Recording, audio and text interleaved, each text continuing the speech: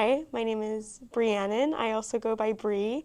I am a 19-year-old college student, and I was diagnosed with stage 2 Hodgkin's lymphoma. Prior to my diagnosis, though, I had been dealing with a lot of neck pain. I was dealing with it in April of 2023, and I couldn't figure out what it was. It was quite random. I just experienced it one day and then it wouldn't leave me. I had it for almost a good 3 months. I went to an ER and they couldn't figure out what it was. And then one day in June, I ended up waking up with a lump on my neck. I went to the doctors one day and they thought it was more serious for what they could handle. So I ended up going to another hospital before City of Hope. And June 12th, I ended up going to a hospital, and while they were doing a CT scan on my neck, they ended up finding a large mass in the middle of near my heart and next to my left lung. They were unsure what it was for a while. At first, they really did think it was cancer, so I was admitted and put into the cancer unit at the hospital I was originally going to. And they ruled out tests. They did an MRI and they said it was clean. They did multiple CT scans and they just couldn't figure out what it was, so they ruled out cancer as an option and ended up thinking it was an infectious disease. So I was moved into that unit and they thought it was valley fever. They thought it was tuberculosis. They did multiple tests running with my labs. They just saw that my white blood count was elevated. They couldn't really determine anything else. I had no other symptoms such as like fevers, chills. I just had fatigue, but I was also a full-time student taking 5 classes a day and also almost a full-time worker, working about 30 to 39 hours, sometimes overtime as well. So I really didn't listen to my body and I was very neglectful of my health. So I just was a running student trying to make sure I was making my family proud and myself proud as well. That's what I thought. So with that, they couldn't figure out what it was. We were stuck in this spot of confusion. We thought it was an infectious disease, but we still didn't rule that out. I was in the hospital at this point for about 18 days. They did 3 biopsies in my neck area where I had the swollen lymph node, but still couldn't figure out anything else. So they ended up discharging me from the hospital with the idea of possible surgery of removing the mass in my chest. So yeah, we ended up getting discharged and I experienced a lot of issues with the wounds I had from the biopsies. They would open up, there was a lot of drainage from it. So I was in and out of the hospital still with no answers. So in about July, they ended up contacting me for the surgery and we ended up going through with it. That's when they found out it was cancer. And that day I remember so the day after my big surgery, they decided to go through my sternum to hopefully remove that mass that they were still unsure of. And the next day after, when I was still in the PICU, that's when they let me know it was cancer. My family and I were a bit frustrated. We didn't understand how I was in the cancer unit at first and they ruled cancer out just to come back to square one. But we were glad that we finally got an answer. So I was unsure with the care that I was already in, the hands of the care I was already in. So I decided to get a second opinion and I was referred to City of Hope as well. I'm blessed to get this opportunity to come to another place and get a second opinion. And treatment was at first very hard.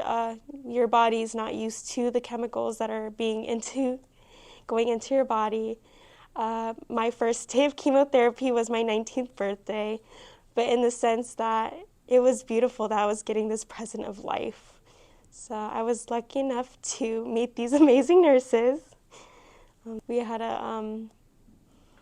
postpone my treatments before because of this big surgery. I still had to recover before dealing with such a heavy treatment. It was really hard. So it was my 19th birthday. I was lucky enough to still receive a cake. I received a beautiful slice of red velvet cake from the nurses, and they sang happy birthday to me. So I thought that was the best present I could receive. But my first week of chemotherapy was really difficult. You are feeling very fatigued. You're dealing with the nausea that you've probably never dealt with before, that I've never dealt with before. I built up a lot of anxiety because of these symptoms. I was having like rashes on my face. I was taking in a lot of medication as well from not only my huge sternotomy, but also the new medications from the chemotherapy as well. But all I could do was just keep my head up and just remember that this is only temporary and you're still going to live a beautiful life as well in the future. So that kept me pushing, and then my beautiful family as well made me proud to continue on living.